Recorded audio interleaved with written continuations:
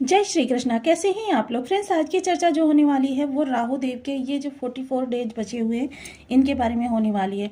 ये चर्चा हम कर रहे हैं 4 अप्रैल से लेकर 18 मई तक की। 18 मई को होने जा रहा है राहु का राशि परिवर्तन। जैसा कि हम सभी लोग जानते हैं, राहु यहाँ पर आपके उपचय भाव में बैठे हुए हैं। यहाँ पर इनकी युति जो हो रही है वो शनि के साथ हो रही है, शुक्र के साथ हो रही है, बुध के साथ हो रही है और सूर्य के साथ हो रही है। हालांकि बुध और सूर्य यहाँ से निकल जाएंगे 7 तारीख को। बुध देव यहाँ से चले जाएंगे और सूर्य देव 14 तारीख को यहाँ से चले जाएंगे। किंतु ये आपके 44 दिन किस तरीके से रहने वाले हैं, बेहद महत्वपूर्ण ये परिवर्तन आपके लिए रहने वाला है। तो इसके बारे में हम पूर्णतया चर्चा करने वाले हैं इस वीडियो में। तो बने रहिए हमारे साथ इस वीडियो में, एंड तक आपको बहुत कुछ जानने को मिलेगा। चार्ट पर सूत्र के साथ सारी चीज़ों को समझेंगे, डिटेल में समझेंगे।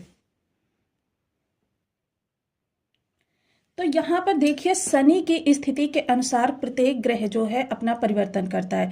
देखिए, जब आपके ऊपर 7.5 चल रही थी तो शनिदेव आपके इन 3 भावों से गोचर कर रहे थे और आपके राशिपति पराक्रम भाव में चले गए हैं। पराक्रम भाव वैसे भी आपके जीवन का जो होता है कर्म निर्धारित करता है और कर्म इस समय आप बेहद कर्मठ व्यक्ति हैं, आपके अंदर लग्न है, जुनून है।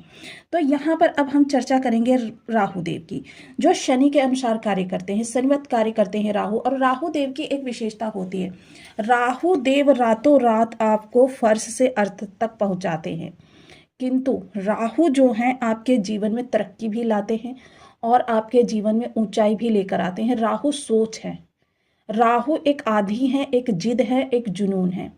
राहु का जो परिवर्तन होता है बेहद महत्वपूर्ण होता है, क्योंकि राहु देखिए जब लग्न में जब यहाँ पर पराक्रम भाव में बैठे तो इनकी 3 दृष्टियां सप्तम भाव को, भाग्य भाव को और लाभ भाव को प्रभावित कर रही हैं। यहाँ पर बैठे हुए हैं केतु महाराज। अब केतु महाराज की दृष्टियां सीधे लग्न को प्रभावित कर रही हैं, पराक्रम को प्रभावित कर रही हैं, ज्ञान को प्रभावित कर रही हैं।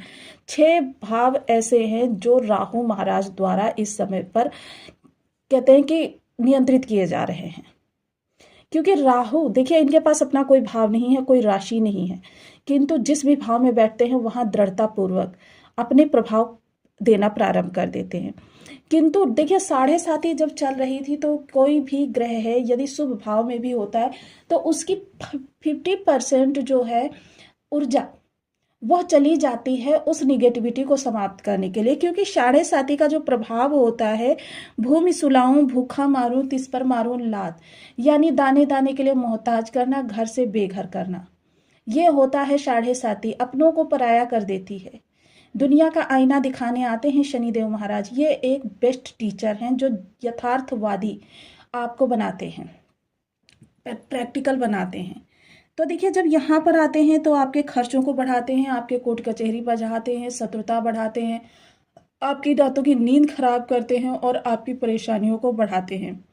विदेशों से जुड़े हुए आपके कार्य में विलंब उत्पन्न करते हैं और जब लग्नगत आते हैं तो स्वयं आपको प्रभावित करते हैं, जिसके प्रभाव से क्या होता है कि आपके अंदर गुस्सा, इरिटेशन, बात कुछ और होती है, समझते कुछ और हैं, कहते कुछ और हैं, करते कुछ और हैं।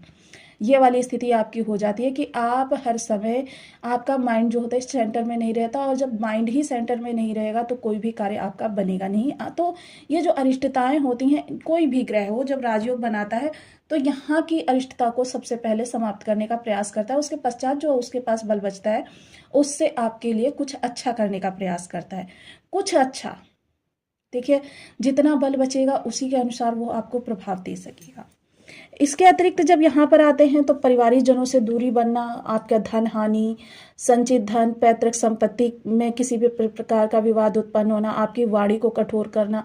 हालांकि सत्यवादी आप होते हैं, लेकिन सत्यवादी होने में भी बात कहने के कई तरीके हो जाते हैं। एक बात इस तरीके से कहिए कि सामने वाले को बुरा भी ना लगे और आप उस बात को कह भी दें। एक होता है कि आपने सामने वाले को कहा और ऐसा तीर जैसा मारा कि सारे जीवन के लिए उसका हृदय बिंध गया।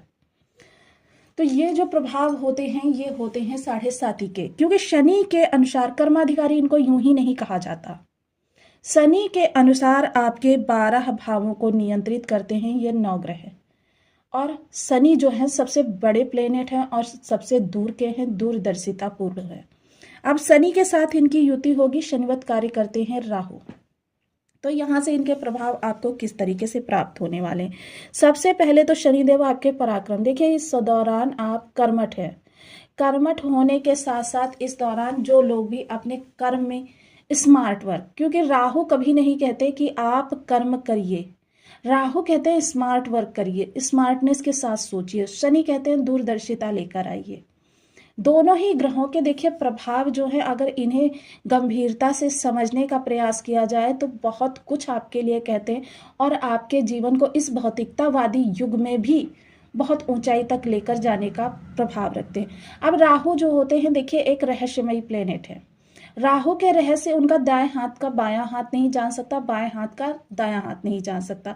सेम यही एक्सपेक्टेशन राहु आपसे भी करते हैं कि अपनी चीज़ों को देखिए, ये 6 भाव हमने जो आपको बताए हैं, इन 6 भाव संबंधी चीज़ों से आपको रहस्य बनाना है। रहस्य किस तरीके से बनाना है, इन चीज़ों से संबंधित किसी के सामने उजागर ही मत कोई चीज़ करिए। जब आप उजागर नहीं करेंगे तो फिर क्या होता है, जब राहु की यानी कि रहस्य खोल देते हैं, आप अपने राज किसी को बता देते हैं, वो राज आपके नहीं रह जाते। और जहाँ पर राज आप दूसरों को बता देते हैं, कहते हैं ना बंद मुट्ठी लाख की खुल गई तो फिर खाक की, वही चीज़ें राहु के अंदर है कि जब आप अपनी चीज़ों को गुप्त रखते हैं, गोपनीय रखते हैं, तो वो आपकी 100% आपको देती हैं। और जहाँ पर आपने अपने राज्य किसी के साथ खोल दिए, वहीं पर समझ लीजिए कि राहु की कृपा जो है आप पर से हट गई। तो राहु की कृपा प्राप्त करने के लिए, क्योंकि देखिए आगामी जो इनका परिवर्तन होगा 18 मई को जो इनका परिवर्तन होने जा रहा है वो आपके धन भाव से होने जा रहा है, संचयन भाव से होने जा रहा है, यानी धन संचयन जहां पर होता है।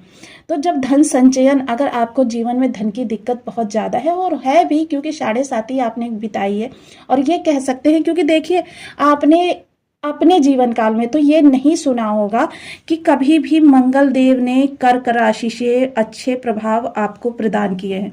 किंतु इससे पिछला वीडियो जिन लोगों ने भी नहीं देखा है तो प्लीज एक बार उसे देख लीजिए।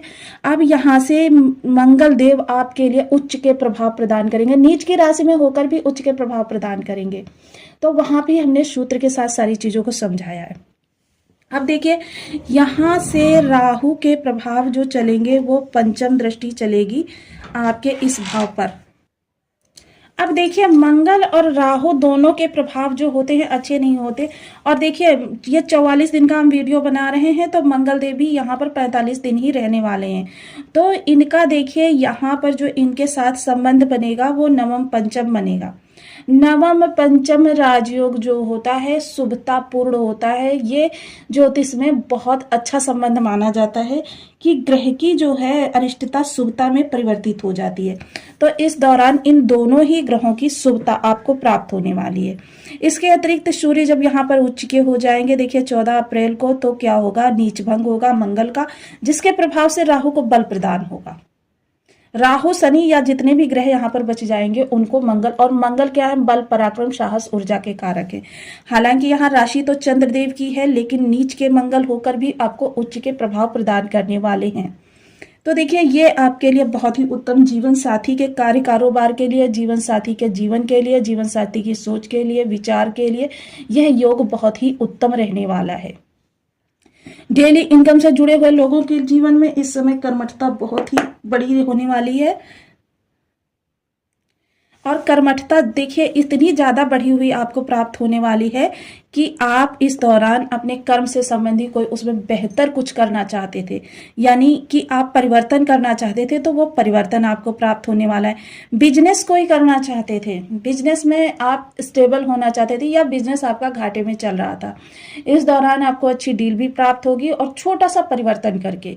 क्योंकि देखिए राहु जो है परिवर्तन के ग्रह हैं, वहीं देखिए अभी ये 15 अप्रैल को अपना नक्षत्र परिवर्तन भी करने जा रहे हैं। ये पुनः उत्तरा भाद्रपद नक्षत्र में जा रहे हैं, पुनः उत्तरा भाद्रपद नक्षत्र में। क्योंकि देखिए राहु की चाल एकदम उल्टी है, ये आउट ऑफ द बॉक्स सोचते हैं, आउट ऑफ द बॉक्स करते हैं, और आउट ऑफ द बॉक्स करने वालों के लिए ही सफलकारी होते हैं।